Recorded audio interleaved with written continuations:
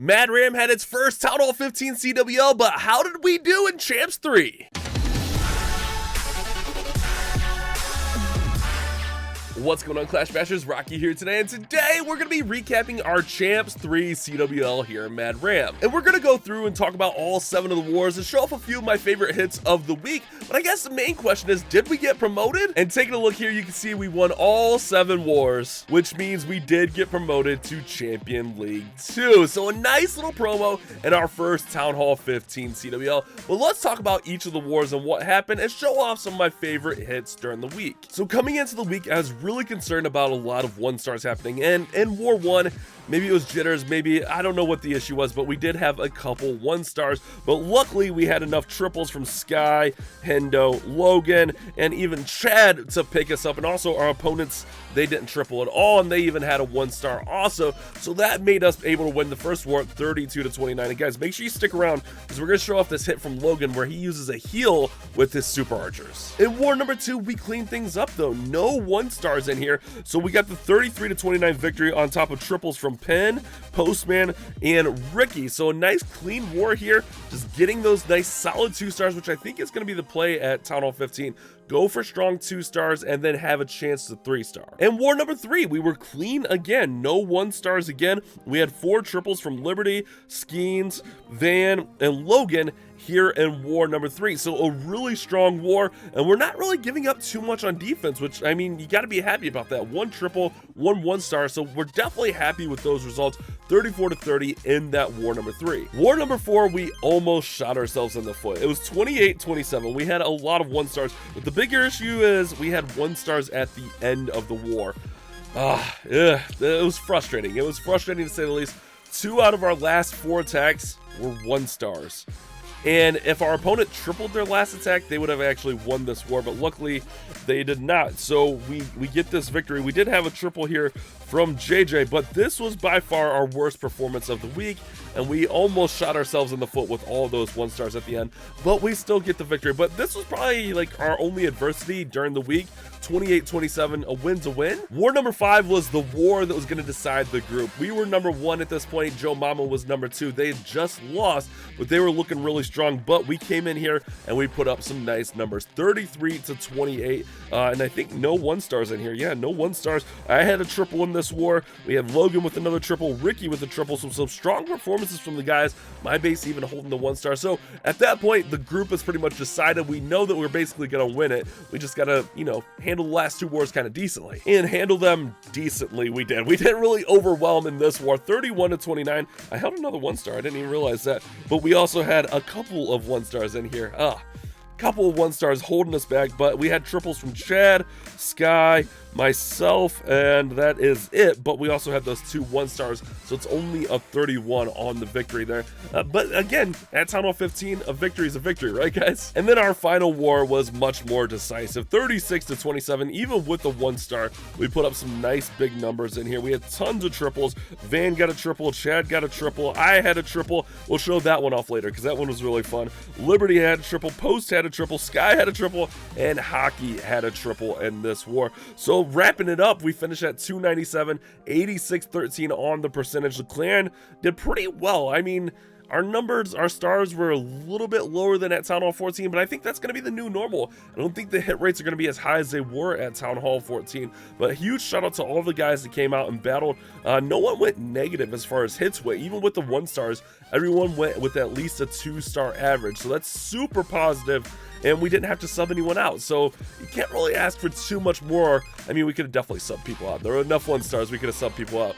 But we were fine. We bounced back, we rebounded. Those people that 1-starred bounced back with triples, and we made a nice effort. Now let's show off some of these attacks from this week. And this attack was actually really close, but I wanted to highlight it because Logan uses a heal with this super archer bomb. A lot of us are using the super archer bomb in Mad Ram, where you're going to have super archers inside of your clan castle, clone them up, make them invisible, kind of like you would with a blizzard, but with super archers instead. But with the poison towers, you have to be a little bit more careful. But Logan put in the work and put in a lot of effort to figure out that if you actually use the heal spell, you can actually get around that poison tower and even electro titans inside of that clan castle. So he's going to actually start off his attack here. He's going to run in all of his troops, and then he's going to send that blimp in, right in behind and catch everything with that warden. Really smart use of his troops here. The only downside of doing this way is you can lose track of things, but Logan handles it pretty well here.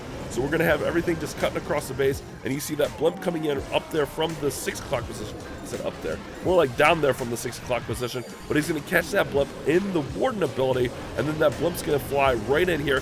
And again, remember, you have to be aware of those poison towers. They can take the super archers out no problem, but he's going to throw that heal down, rage up, clone, go invisible, and just get right on through the core of this base. Now, like I said, this one was close on time, but a 3-star is a 3-star.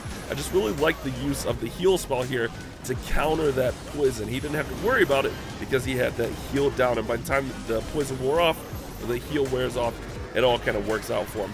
But from there, we're just going to let everything work inside this base, and just get a nice little triple. Again, it was a close one. It was a close call on the time. It looked like he actually had a super wizard in there. I thought it was a straight up super archer bomb, but it looked like he had super wizard in there as well, which is nice to do as well. Throw in one super wizard, a couple of super archers. You have to excuse my raspy voice, guys. I'm battling the flu right now, but I wanted to get a video out for you guys highlighting the Mad Ram CWL. We'll go ahead and speed this one up because we already know that it's triple, but from here it's very tight, guys. It's very tight. These barbarians are actually clutch to get through this wall and get that storage. Without that, this one doesn't triple. It would have been a 99%, but Logan gets through there and gets the nice 3-star. Now, during War 7, the group was already decided, guys, so I was able to kind of just chill out, be relaxed a little bit, not have so much pressure on my hit, and I came up with this really fun sneaky goblin super archer bomb mass witch attack. Yeah, you heard me right there. So what I'm going to do is I'm going to use some super wall breakers to open up this town hall compartment. We're going to use sneaky goblins to get down the town hall. Tesla farm pops up, so I use 2 super wall breakers back to back here to make sure I get into that town hall. We're going to throw in the test sneaky goblin, and then we're going to spam and some sneaky boys right in here and get this town hall down. Once I have them in there with the invisibility, I'm going to go ahead and start on this far side because we got a super archer bomb, and I didn't want time to be a big issue on this one. So we throw in the balloons, we throw in our warden, and watch what the warden does on this attack. The warden goes absolute ham on this attack. He gets so much value, not to mention the balloons get some nice value. But we're going to go ahead and we're going to drop in our blimp, drop in the invisibility, drop in the rage, and then drop in that second invisibility, and then finally clone after all the goblins and wall breakers are all the way. Actually ended up cloning up some wall breakers in there, but not a big deal as we get mostly super archers in there, cloned up, working through. But again, our warden stays up here, guys. The warden stays up, and I think that's the biggest thing. I just wanted to get as much of this core gutted out as possible. The monolith and the eagle artillery, I didn't want to have to fight them. From there, I'm just basically going to go with like a 5 ICG approach. I'm going to throw in 4 ice golems. I know I said 5 ICG, but same similar approach. Throw in the 4 ice golems, and then throw in a bunch of witches with the heroes and let them work. Meanwhile, the warden's up here still working, fighting that enemy king. Craziness, guys. Crazy how much value that warden gets. We got the ice golems gonna pop off. We got wall breakers working through here, and it just goes to plan. Goes 100% to plan here. We're gonna run in the royal champion so she can try to pair up and get to those scatter shots. I want to get those scatter shots out. That way we don't lose too many of the witches. And honestly, it's a lot easier to attack when there's not so much pressure on you. Like, at this point, we know, like, everything's pretty much done for as far as our group goes. We don't have to really sweat it too much, and that makes it a lot easier to come up with an attack like this. Something a little bit more goofy, something that, you know, is a safe 2-star plan, but if it's 3 stars, it's really cool, right? And that's what this attack was. Warden just does work. Look at that. Warden got the king and the royal champion out, not to mention all the buildings he's sniping out. He's sniping out some of that splash damage up there. The warden definitely MVP of this attack. Royal champion goes ahead, gets out that other scatter shot, and then we have a rage left over that I honestly forgot about, and I just threw it down on the RC because I kind of forgot about the rage. But Warden stays up to the end of the attack. Remember, we put him in with that super archer blimp at the beginning, so him making it up all the way to the end was huge for the program. And like I said, you know, the group was decided, so I was able to get a little bit more creative with this attack. Next up, I want to show off this hit from Chad. This one was actually live on stream. If you watched yesterday's video where I stole post base, this was during the same war. Chad just guts this base. We had guys arguing over this base because the super archer bomb value was so massive. So check this out.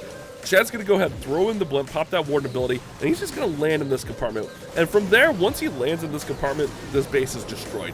It's all but over for this poor little base. So check it out. He's going to go ahead and he's going to double clone up the super archers. He's going to go ahead and go invisible. He's going to rage, and he's just going to let them go to work. And just check out how much value he gets from these super archers.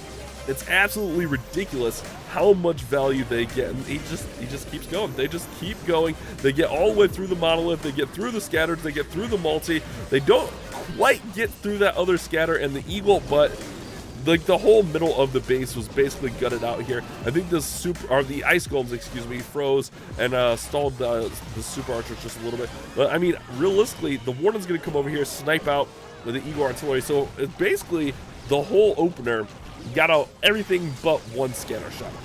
That's pretty crazy value, right, guys? Like, already 50% of the base is gone, just throwing heroes in here, and he's just got, like, basically a clean-up Lalo. It was crazy value on this one. I had to show this one off. We talked about it a lot on stream that day, but, like, you can't ask for much better of an opener, and this one's just crushed here from Chad. Just a beautiful, beautiful hit. He's going to run his Lalo in basically wherever he wants because, well, the base is already crushed at this point. I mean, it's already down. He could have basically got it down with the heroes, but goes ahead and runs into Lalo. The Royal Champion's going to go ahead and tank the scatter shot, but also get that scatter shot down. Queen's working through the top side. And then again, guys, like I said, just absolute decimation in the core of this base. Just got it all down. The balloons are just going to work through here, and there's no base left, guys. It's all already gone. So really nice hit from Chad, really great super archer bomb there with the double clone to just gut that base out. And in that same war, we see this hit here from Sky. We're gonna go with a Blizzard Hydra, something a little bit different at Town Hall 15. This is something we would see more at Town Hall 14, but Sky's been using it and having some decent success with it, just working through here, using those super wizards to get the Town Hall down and just getting some nice value afterwards. And then obviously he's gonna set up the funnel with his heroes and just run in through the rest of the base. He's gonna go ahead and use those lightning spells to take out that air sweeper that would have been pushing back through his path. He's going to use his heroes down here at the bottom side, poison these super minions so they don't deal too much damage, and then he's just going to run his dragons, his dragon riders, his electro dragon all through the top side of this base. And this one goes pretty smooth as well. I guess during this war we had like all of our creative juices flowing. We were just all on the same page on this war, I guess. But you know, you got to do what you got to do, get the victory, get the win, and move forward, guys. So here comes the Hydra working through right in the middle of the base here. Uses that Warden ability right over top of the Monolith. That Monolith can be deadly, especially against those heavier tanky troops. Like, you know, a Dragon Rider, the Dragons. They have a little bit more hit points, so that Monolith is going to deal a little bit more damage. The single locks onto the Queen. She pops her ability, works right up through here, but this one just progresses through this base nicely. I mean, even the funnel E-Drag is still up here through the middle of the attack, helping out quite a bit. And that's when you know things are going really well. Got a couple of invis here for the Royal Champions to kind of work through and just help out. He did miss her on that second one, it looked like, but it's all right. He crushed the space nonetheless, so didn't have to really sweat missing that one too much. And Sky had a sneaky good week. He was right up there with me with top stars of the week, so shout out to him for having a nice good week, helping carry the team to the victory in that promotion to champs too. I don't know, guys. Maybe it's Gem Bram got a little bit lucky with how much we spend and stuff, or maybe we just had a pretty good week. I mean, the 1 stars still irk me a little bit, but I think as 15 progresses, guys figure out how those defenses are going to work. I don't know, maybe it's going to get harder though. Maybe next month, more people will have more max stuff. I guess we'll see. But for now, we're riding high on our promotion. Hopefully you guys enjoyed the video. Thank you guys so much for watching. You guys have a great day. Keep on clash bashing.